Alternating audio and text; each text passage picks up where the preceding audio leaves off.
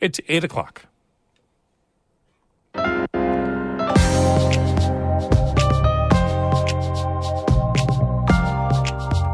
Good morning. This is Northern Light for Monday, March 4th. I'm Monica Sandreski. And I'm Todd Moe. Snowmobiling is a big part of the culture on the Tug Hill. Well, I think there's just lack of snow everywhere else. It's really not that good, but there's no snow anywhere. Everybody's been itching to ride. It's been a lousy winter, so. In part one of a two-part series, how the mild weather is impacting this $80 million industry. A new report from the state looks at farmers' resiliency in the face of extreme weather, from climate change, drought, more rain, or extreme summer heat. I think farmers are incredibly innovative, and farmers, particularly in New York State, are constantly finding ways to improve the sustainability of their operation. Also, we'll preview two upcoming concerts, Rob Schwimmer on the Theremin in Saranac, and the folk duo Drank the Gold at Tawny. All of that's coming up on Northern Light. Stick with us.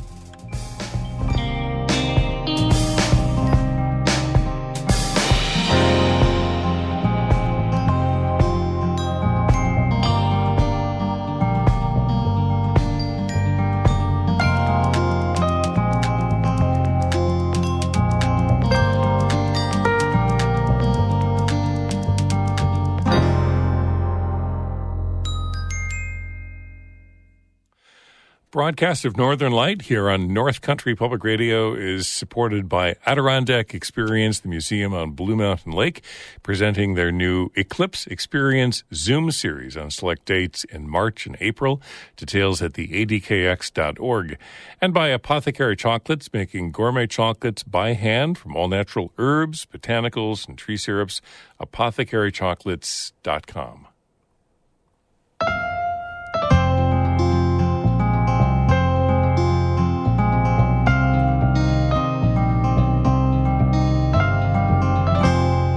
This is Northern Light. I'm Monica Sandreski. And I'm Todd Moe. A Washington County man was sentenced in court last Friday to the maximum 25 years to life in prison for killing a young woman in his driveway. Kevin Monahan fatally shot 20-year-old Kaylin Gillis last April. Gillis and her friends were looking for another person's house in the town of Hebron last spring when they accidentally turned down Monahan's driveway. Monahan was convicted in January of second-degree murder. Prosecutors argued that he was motivated by irrational rage toward trespassers.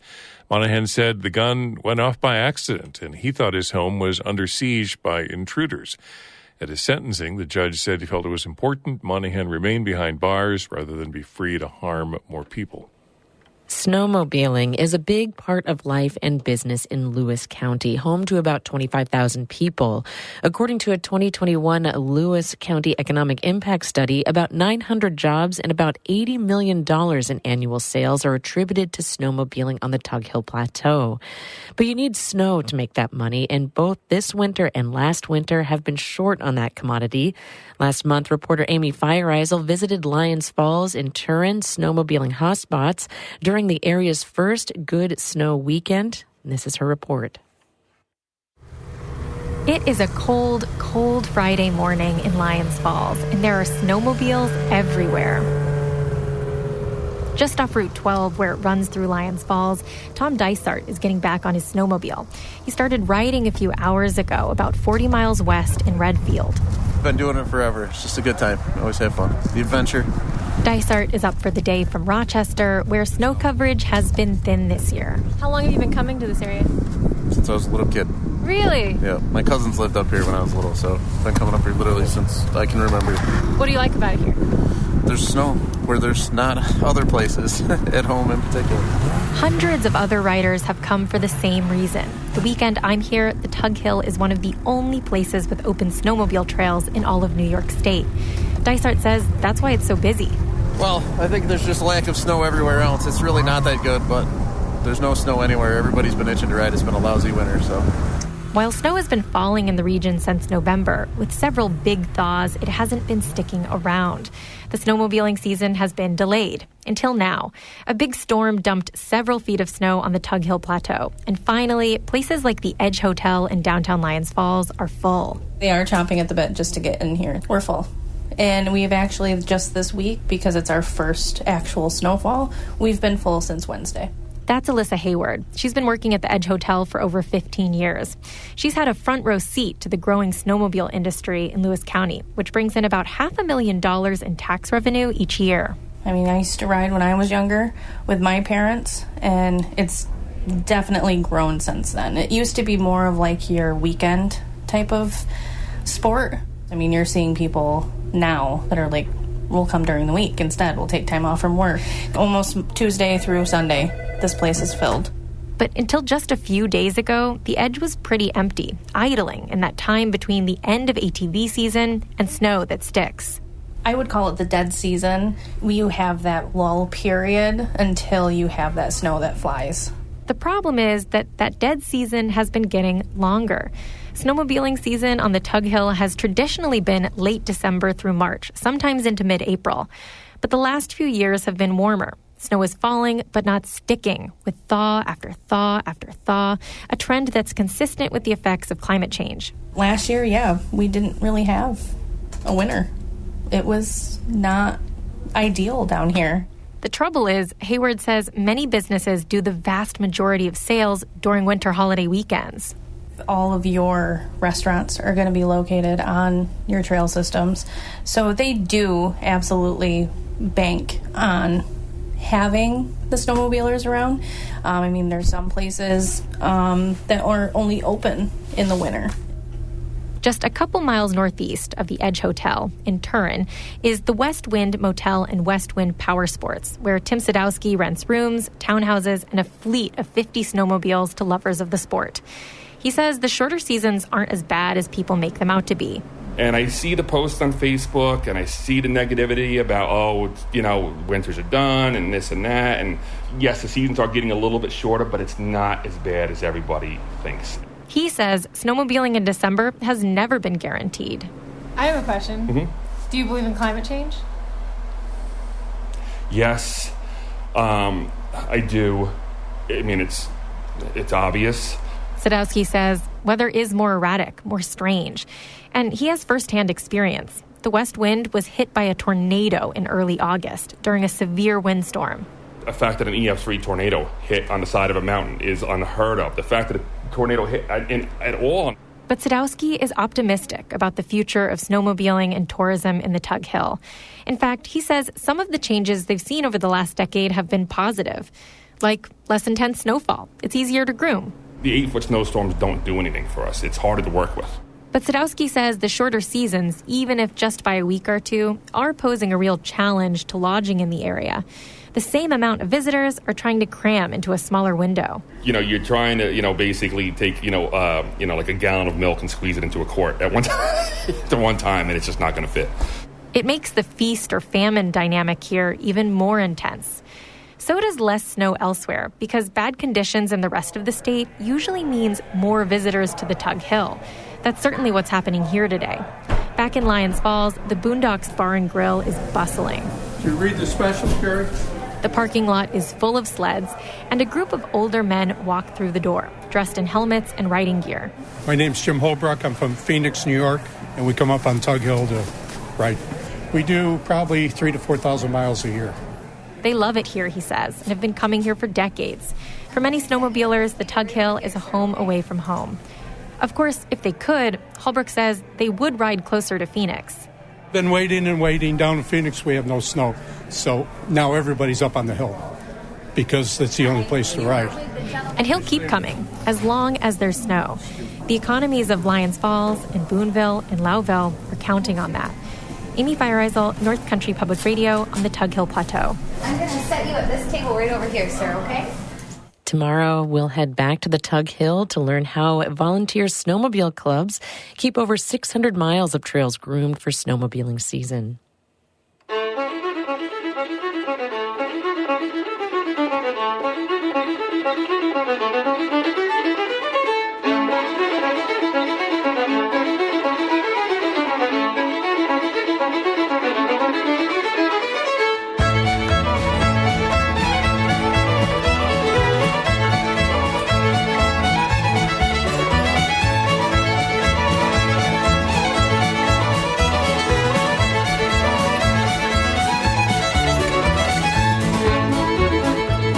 You're listening to Northern Light right here on North Country Public Radio. It's 8:10.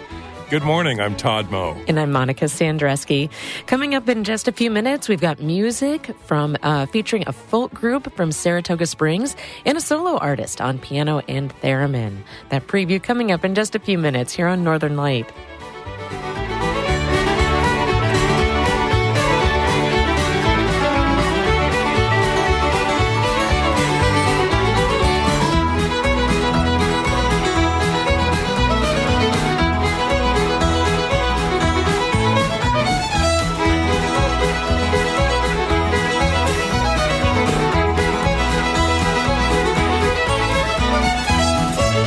A tune called Big John Neal by the Fiddlers 3.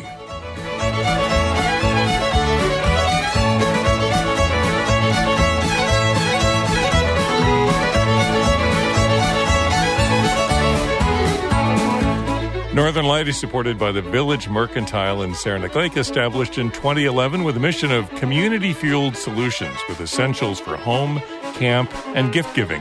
VillageMerc.com, anything but general.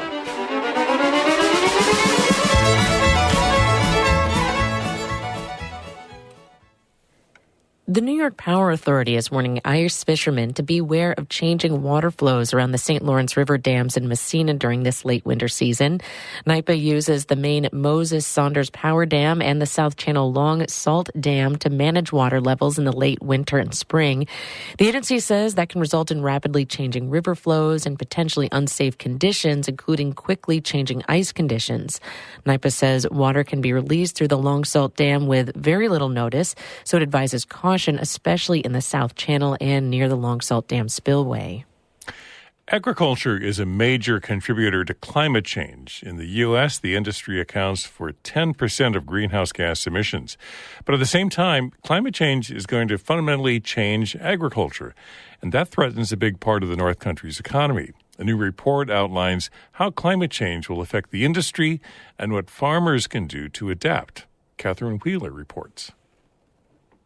The New York State Climate Impacts Assessment lays out how climate change is going to impact our daily lives, from energy and health to the environment and economy.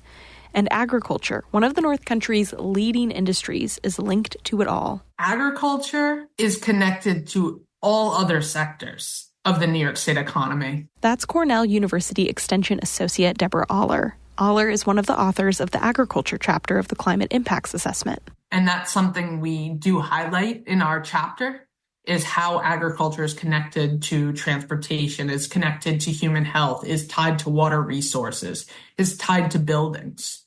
New York is a top producing state for dairy, fruit, and some other commodities. Aller says one of the toughest things agriculture will have to face is the increase in severe weather. I think when we think about climate change, it's no longer thinking about the normal, right? There's no such thing as normal anymore, and a lot of people have said that. And so when it comes to thinking about adapting on farms, it's really adapting to the extremes. Think warmer winters, drought, early autumn frost, late spring freezes, and more pests attacking crops.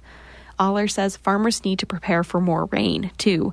She says by the end of this century, New York State will have more precipitation. But when we're getting this rainfall is going to differ. We're often seeing more of this water in the winter or in the spring and less in the summer when we have crops growing and crops really need it.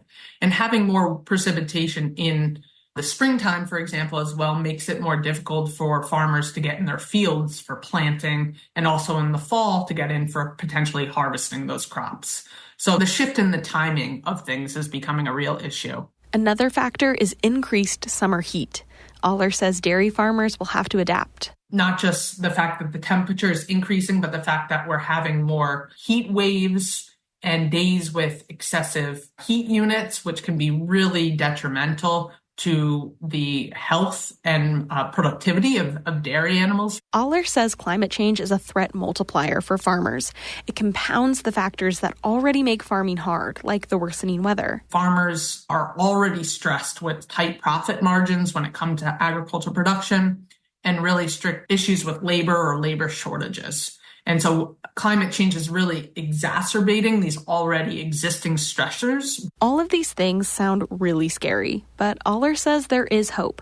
She says New York's farmers and other agricultural stakeholders know climate change is here, and they're already doing things to make their farms more resilient. And they're taking steps that they can, to the extent financially feasible, to implement adaptation strategies. And what these adaptation strategies look like differ on any given farm. She says those could be things like improving soil health and finding ways to capture excess rain and cool soil during hot stretches.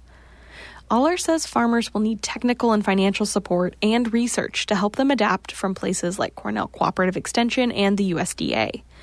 Aller says farmers are prepared for this kind of challenge in a way. They're always thinking ahead. I think farmers are incredibly innovative, and farmers, particularly in New York State, are constantly finding ways to think about new practices, thinking about what could they implement to make their farm business more viable or reach more consumers or improve the sustainability of their operation. Aller says farming in New York is still profitable in the face of climate change. She says our local food system is vital and will figure out solutions to keep it around. Catherine Wheeler, North Country Public Radio.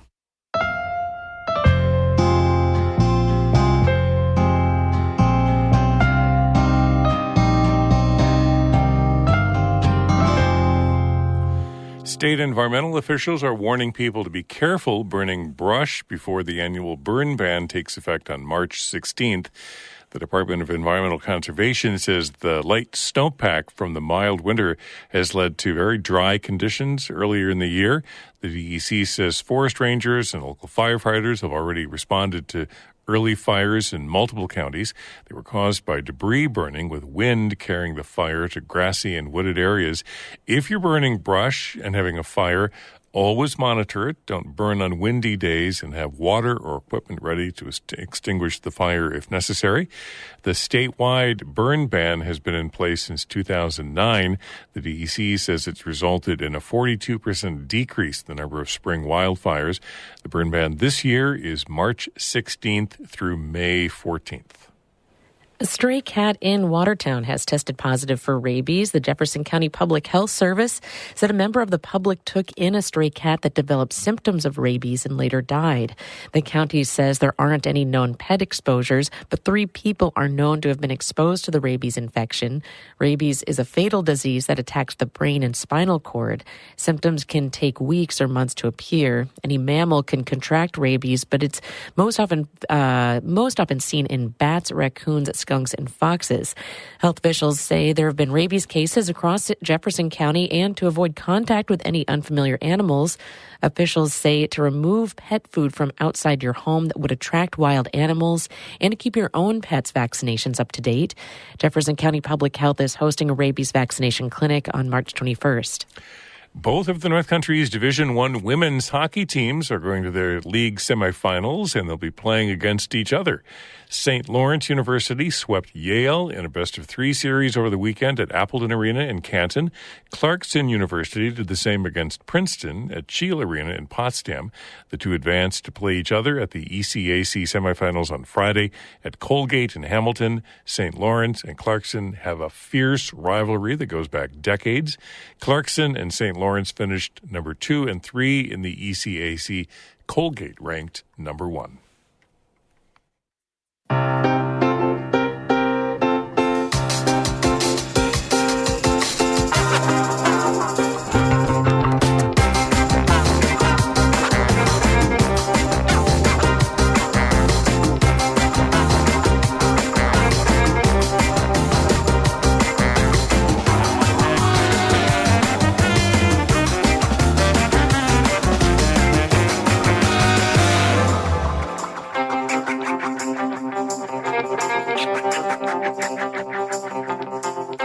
You're listening to Northern Light here on North Country Public Radio. I'm Todd Moe. And I'm Monica Sandreski.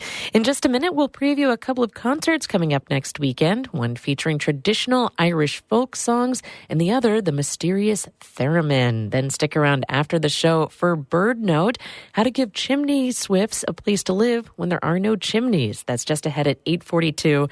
But first, Todd has a look at the weather for us. We've got clouds today with mild temperatures, highs near 60 this afternoon, upper 50s, low 60s. The Weather Service says lows in the 40s overnight tonight, and then tomorrow a high near 60 with maybe some scattered showers. About a 60% chance of scattered showers tomorrow. And again on Wednesday as well, maybe a combination of rain and sleet on Wednesday. It's going to be a little cooler. Highs 40s near 50 on Wednesday. Thursday and Friday, highs upper 30s, low 40s. And that looks like the high as we head into next weekend as well. Highs in the 40s. That's the extended forecast. So today, mostly cloudy skies, a high near 60. Light winds out of the east-southeast. It's cloudy and 43 degrees right now in Canton. Rob Schwimmer is a composer, musician, and former co-director of the New York Theremin Society. He'll bring his theremin, Hocken Continuum, and a piano for a performance of solo music Sunday, March 10th, this coming Sunday afternoon, 3 o'clock, at the Saranac Methodist Church on Route 3 in Saranac. The program includes works by Mussorgsky, Scriabin, Strayhorn, and the Beatles, plus original compositions and improv on keyboard and theremin. You'll hear theme and variations on standards, classics, and movie soundtracks, and a healthy dose of mystery.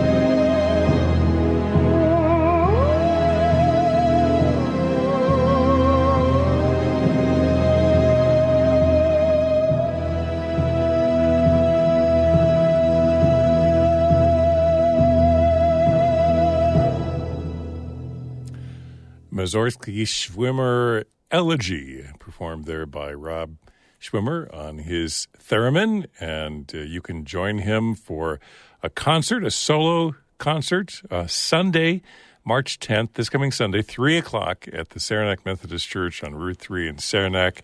Rob Schwimmer on theremin, piano, and continuum. It's a concert presented by Hill and Hollow Music. There's more information on the website hillandhollowmusic.org. Maybe your music taste is a little bit more traditional and fiddly. Drink the Gold is a folk duo from Saratoga Springs that will present a concert at Tawny this Friday night, March 8th at 7 o'clock as part of their Cabin Fever series. Una and James play Irish and old-time music and should be a good kickoff for St. Patrick's Day here in a couple of weeks. This is a tune called Cuckanandy.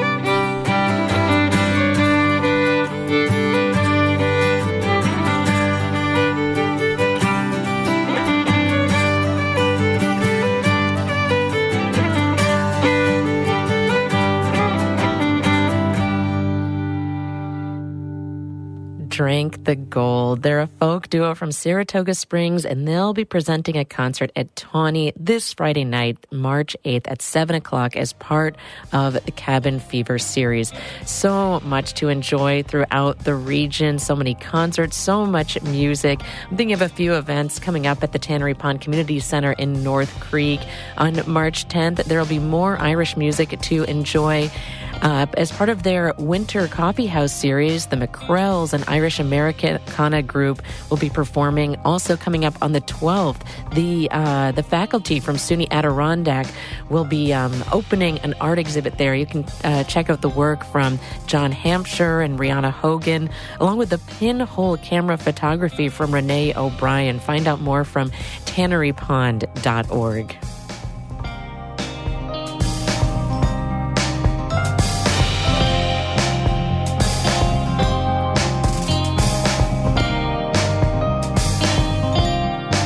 That's it for Northern Light for this Monday, March 4th. Morning Edition continues in just a minute. Then join us at lunchtime today for a conversation with RuPaul, creator and host of the reality competition show RuPaul's Drag Race.